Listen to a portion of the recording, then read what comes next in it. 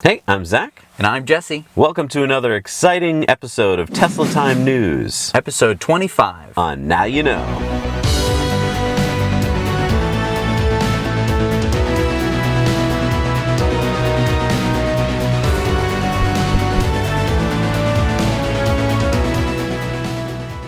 All right, so we're going to start off this week with Tesla's Drive to Believe. It's their program where they let you have a Tesla Model S for a week. You trade in your ICE car and try out one of their Teslas. We have Marjolein from the Netherlands and Christian from Germany. Check out what they got to do. Isn't that cool? That's really wonderful. Christian turned in his Mini Cooper and Marjolein turned in her Volvo, and they seem pretty excited to drive a Tesla. I certainly would be too. I think it's a great program. That's a great program. It lets people sort of just test out what it would be like to drive a Model S for a week to see if they like it. And I love that this isn't really advertising. It's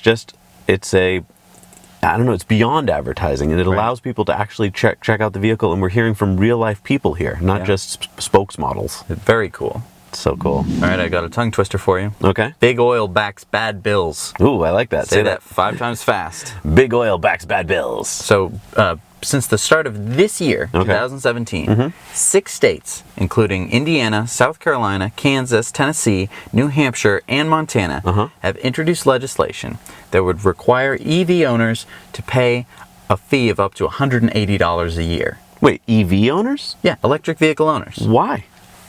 I don't know. What are we doing? What are we causing? Apparently, we're causing some strife for the oil companies, and so they want to make it a little bit harder for people to own electric vehicles. Yeah, this is in addition to states like Wyoming, Colorado, Virginia, Nebraska, Missouri, Washington, North Carolina, Idaho, Georgia, and Michigan that have already implemented these yearly fees for EV drivers and hybrid vehicle drivers. They vary from like $150 to $300 a year per driver. I mean, this is ridiculous. So Koch Industries, so the Koch brothers, have spent $10 million a year and plan to continue doing so on a campaign to boost petroleum-based transportation fuels and attack government support of electric vehicles. What? Don't these guys see the writing on the wall? Like, what? So they're going to just keep doing this to try and slow down EV usage? I don't understand it. I mean, I guess they'll be dead by the time it happens? I don't know. I mean, it does work in Georgia, where they went from having a $5,000 incentive for EVs to an actual fee for EVs. It dropped EV purchases by about 80%. So, I mean, I understand why they're doing it. If you cut the incentives, it will slow down EV usage. But I feel like the horse is already out of the barn doors. Like, I feel like you're not going to stop it now. So, come on, Koch brothers, knock it off. Yeah. All right, here's a fun story. Yeah? Faraday Future and Tesla are going to go head-to-head at Pikes Peak later this year. Wow, that's super exciting. Yeah. So Pikes Peak, for those of you who don't know, is a race up basically a mountain. Yeah, it's a 14,000-foot mountain just outside of Colorado Springs. Wow. It's a 101-year-old competition. Wow. And it involves 156 turns, so it's a really turny course. Yep. 12.4 miles. And the race doesn't start until you get to 9,000 feet. So This is hard for an ICE car. Why is that? So the reason that this would be difficult for an internal combustion engine car is because you need oxygen to explode in the engine. And so the higher you go, there's less air pressure, there's less oxygen to be exploding in the engine, and so therefore your performance goes down as you get higher and higher and higher. Interesting. EVs, on the other hand, don't require any oxygen. That's cool. You could run them in space. So the FF91 will be driven by the British GT Championship driver Robin Shute, and this will be in the exhibition class. And racing against them will be the Formula Drift champion Dai Yoshihara, who will be driving a Model S P100D in the same class. That's awesome. Also in the Unlimited class, they'll face off Blake Fuller in his Tesla Model S P90D in what's called a Time Attack 2 production class, which is so cool because it's basically they're taking a regular Tesla and just stripping out some of the weight and racing it up the hill. Wow. So speaking of stripping out weight and racing, electric GT. We've talked about how they've gotten their 0 to 60 time down to 2.0 seconds. That's amazing. In a Tesla? Yes. Wow. So, I mean, they stripped out 1,000 pounds of weight. That's 500 kilograms for people in the rest of the world. so they've replaced some of the panels with carbon fiber. They've taken out all the back seats, all the anything extraneous. Right. And they're going to be doing actual races. Oh, no way. So when is the first race? The first race is the 12th of August. It'll be in Silverstone in the UK. Wow. And then, as you can see here, we have a bunch of other dates of upcoming races for GT. Almost all of them have been announced already, except for, I think, the one in Germany. Wow. I mean, this is super exciting. I can't wait to watch it. There's going to be, I think, 10 teams, each with 2 cars. Okay, so 20 cars at a time? 20 cars in a race. Oh my God. And it's from a standstill start. All Teslas? So you're getting a 0 to 60 of 2 seconds with 20 cars. They said that the noise is actually like powerful sounding because I mean Teslas are very quiet, but they do make noise when they are when they're accelerating, and I can't wait to see some footage. It's gonna look really cool. Look forward to later in this year. Absolutely. Next story is Tesla insurance? Question mark. So I mean, what? So I guess announced during the earnings call this last week was that already taking place in Asia, Tesla is bundling maintenance and car insurance in the price of the car. So if you want to, at least in Asia for now, you can buy a Tesla and upfront pay for the maintenance insurance and the car insurance all in one bundled price. Because Teslas are so safe, it's cheaper to insure them. And because they don't cost much to maintain, it's cheaper to insure that as well. So the idea here is that Tesla can give you an upfront price, kind of like apples to apples, so that you know what you'll be paying over the life of the car, pay it all up front. Wow. So it could be a game changer. So I mean, this means that you don't have to then go insure it and then go to the, well, and also it means that insurance company, whichever one Tesla's using, gets it. They understand how safe Teslas are, whereas your insurance company may not give you much of a discount, if any, on the Tesla, because it might just say, oh, it's just a luxury car, so here's the price it'll cost. Right. But actually, we already know that Teslas are 40% safer right now, and they're going to be maybe upwards of 90% safer when the Autopilot 2 takes hold. And that's avoiding accidents. Avoiding accidents altogether. Before you even hit anybody. Right. Because you're not... Not to mention the fact that the car itself is safer when you do get into an accident. Right. So, yeah, it's really cool. And right now, it's being covered by third-party insurance companies. But Elon did mention on the call, if they're not getting the deals they want, they might take this in-house and become their own insurance company. Wow. So they'd be a car, solar, battery pack, insurance company, and boring machine, and maintenance, boring.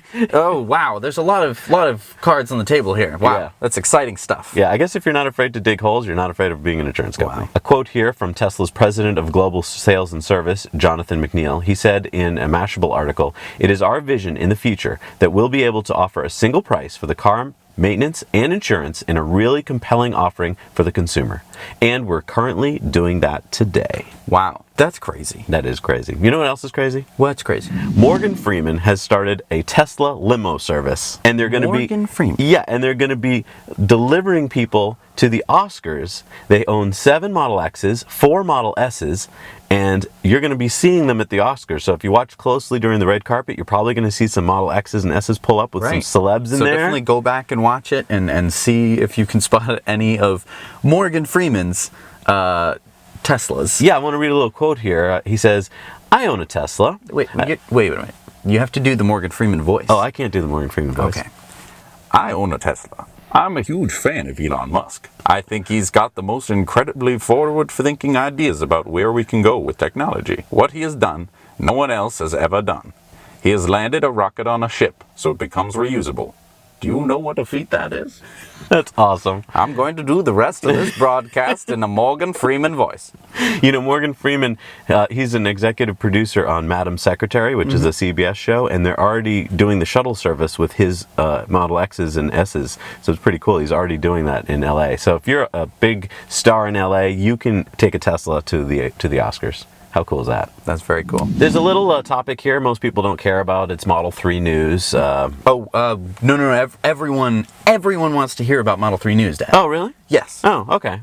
I didn't know that. I thought... Everyone on the planet who's watching this show right now wants to know about the Model 3. Oh, I thought there's only a few dozen people signed up for it. There's a ton. Oh, really? Where have you been? Oh, I don't know. I've been busy researching other news, I guess. Okay, well, let's tell them the news. All right, so the news is that in the earnings call that Elon mentioned that the first 10,000 or so Model 3s are going to go to SpaceX and Tesla employees. So we're not sure if they're being called the Founder Series yet or not, but that's good news, and here's why. He mentioned that that's going to take place probably in July.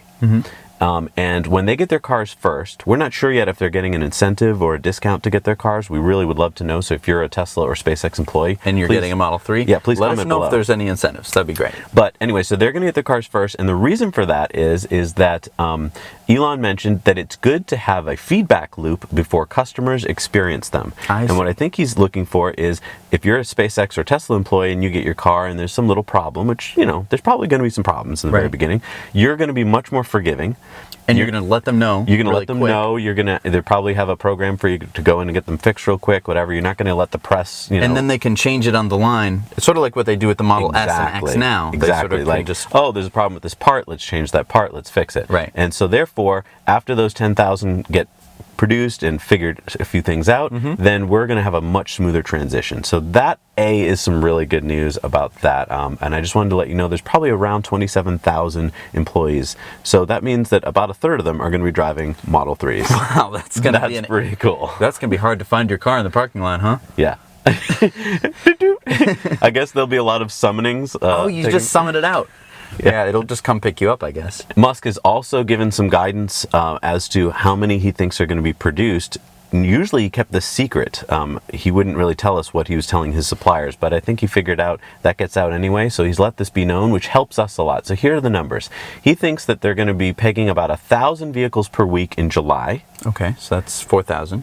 4,000 per week in August. That's what, 16,000? And 5,000 per week in September, before hitting the target of 10,000 per week sometime in 2018. So this is like really exponentially... So let's give you, it's exponential, but it's also a lot faster than we've seen on the Model S or X. It wasn't like Model X came out and there was like a dozen cars that first came out and then it kind of a smattering.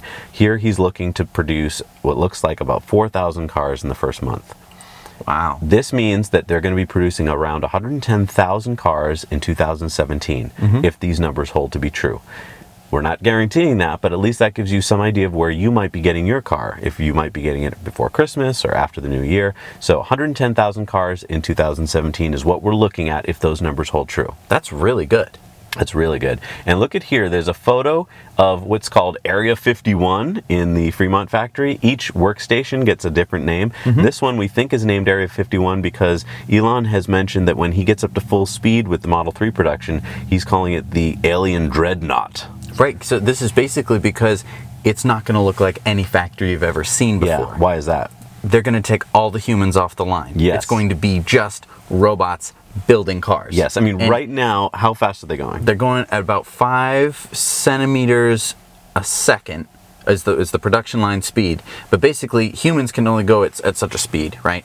I can only move a part so fast. But a robot can move much faster. Yes. And with more accuracy. And so they're hoping to increase the speed from 5 centimeters up to like a meter a second. That's incredible. It's very, very fast. Yes. For a production line. And moving all those people away from the line means less injuries, less accidents, less chance for things to go wrong and to slow things down. And you put them all in a supervisory role so that they can be watching and monitoring the robots and not having to be actually doing the hard labor. Pretty cool photo here of the crew inside the factory, and we can see that this is a Model 3 chassis, not a Model S. Model 3 chassis. Thank you to our friends at Electrek for getting that photo off of the Instagram of one of the production line workers. Right before it got taken down. So it's leaked. So what you're seeing now are photos from the largest solar site as of February 2017. Were these taken from a drone or something? This is taken from a little bit higher. Higher than a drone? Unmanned. It's a balloon? Taken from a NASA satellite. Oh, from space? Yes, this is taken from the Landsat 8 satellite. Wow, now where is this? This is in Longyangxia Dam Solar Park in China. Oh, in China, okay. It's the newest, largest solar plant with 850 megawatts. 850 megawatts of solar? No, wait, so there's the first picture. What's that from? So this one is from 2013. Oh, okay, when they started the project? They started the project, and then 2017. Oh my goodness. So you can see that the park now has 27 square kilometers and nearly 4 million solar panels. Wow. I can't even wrap my head around that. I know. It's unbelievable. Wow. So that's the largest solar park at the moment. Yes. Wow. This is so great. You can only see it from space. This is so basically. exciting. This is all sustainable energy. Right. Coming from the sun.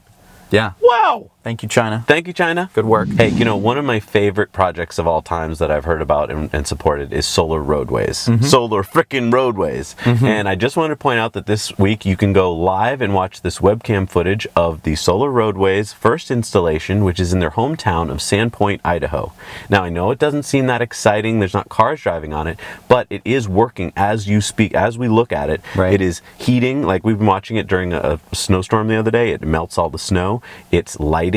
It's gathering energy from the sun. It's doing everything all by itself. Right.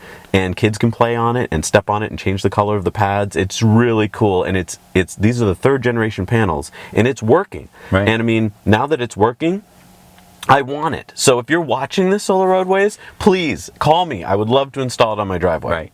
A lot of people say that solar roadways isn't that feasible, but I think that it's really important that we are focusing on developing this kind of technology. Yes. Because if we don't use it for solar roadways, we can use it for solar roofs. No, I want to use it for solar roadways. Okay, but I want Tesla to buy them. We need to be working on this technology. Yeah, because for all sorts asphalt of sucks. Can I just say that? Asphalt is horrible. It is made of petroleum products. It is disgusting. We need to get away from it. Come on, people. Let's get on board with solar roadways. All right. So here's some really cool footage of the Dragon cargo capsule berthing with the International Space Station. Berthing, I like that. That is the technical term. Oh, it's not docking? Call it whatever you want. Okay. This is it. Didn't it have a problem? So it had a problem. So when it was launched into space, they were really close to berthing. It was about a 3/4 of a mile away, and there was a GPS error. Okay. So they just waited a day. It orbited the Earth a few more times. Oh, and then on Thursday it docked. And then on Thursday they berthed. It was 5,500 pounds of cargo for the ISS, And including... this included some French macaroons for French astronaut Thomas Pesquet. Oh, it was his birthday. It was his birthday. Yeah, he turned 39. Turning 39 in space. Happy Yeah, birthday. Happy birthday. He's going to be in space until May, when he returns after his 6-month mission. And it's exciting to see that it included some research experiments also on board. It wasn't just like food and stuff like that. Right. So there's biological crystals and tissue regeneration experiments. This is really cool. And then the Dragon stays attached to ISS for about 4 weeks before undocking or unberthing. Or does it birth itself? I think it's called undocking. Oh, okay. I don't know. I don't actually know what it's called. I should know this, but I don't. And then it returns back to Earth. So this week we're doing our in-depth on the Tesla earnings call because there's so much in there. So if you're interested in hearing more about the facts and figures and what we learned from the earnings call, you can click over here to Tesla Time News In-Depth. Yes. Or out of our depth. Or maybe we're out of our depth. We'll see. So we always choose a comment, and this week this comment is from MSYIN9. In a way, we are all Tesla Time correspondents. It's so cool to see people doing the supercharger reviews and helping out others through this channel. And you are definitely right. And last week, we talked about some of the countries that people are from. Yes. And this week, a lot of people chimed in and said, hey, you forgot our country. Last week, we had a lot of comments on one of our comments that said, hey, not all of your viewers are from the United States. Very true. Very true. We got a lot of comments, and last week we got even more comments. Yeah, we don't want to leave anyone out. We don't want to leave anyone out. So as of today, the comments that we received on the last video have come to us from Poland, Ireland, Sweden, London, Ukraine, Denmark, Serbia, Aruba, New Zealand, Zimbabwe, Germany, Washington State, U.S., Iran, Cyprus, Hong Kong, Georgia, Angola, Portugal, Mexico, Holland, Colombia, Switzerland, India, China, Hungary, England, Edmonton and Quebec, Canada, Romania, Australia, Latvia, Austria, Croatia, Brazil, Bangladesh, South Africa, Israel, Belgium, Bulgaria, Italy, St. Martin, Jamaica, Dubai, UAE, Crete, Norway, Nambia, Thailand, Turkey, Spain, Argentina, Puerto Rico, Armenia, Vietnam, Scotland, Hawaii, Kazakhstan, Netherlands, France, Chile, Czechia, the 7,107 islands of the Philippines, Costa Rica, Indonesia, Pakistan, Lithuania, Luxembourg, Worcester, Tanzania, Iceland, Dominican Republic, Greece, Slovakia. Malta. I think we got them all. I think that's it. Whew. Whew. We love you guys. Were there any countries that we left out, if we left out any countries, if you're watching this from a country that Please we let us haven't know. done, please let us know. Whew, that's a lot of countries. It's a lot of countries. Hey, every week we also love to cover the new superchargers that open, and this week we got a great, it's not a supercharger, but it is a destination Charger. It's from near a koala and kangaroo exhibit. Yeah, in Brisbane, Australia. so- This is from Daniel Sanchez Gonzalez. Thank you so much. Hey guys, from Now You Know, I'm also a YouTuber. I love your Tesla time news videos. So, and I just already checked that I'm in here near Brisbane in the Lone Park Koala Park, and I checked this out.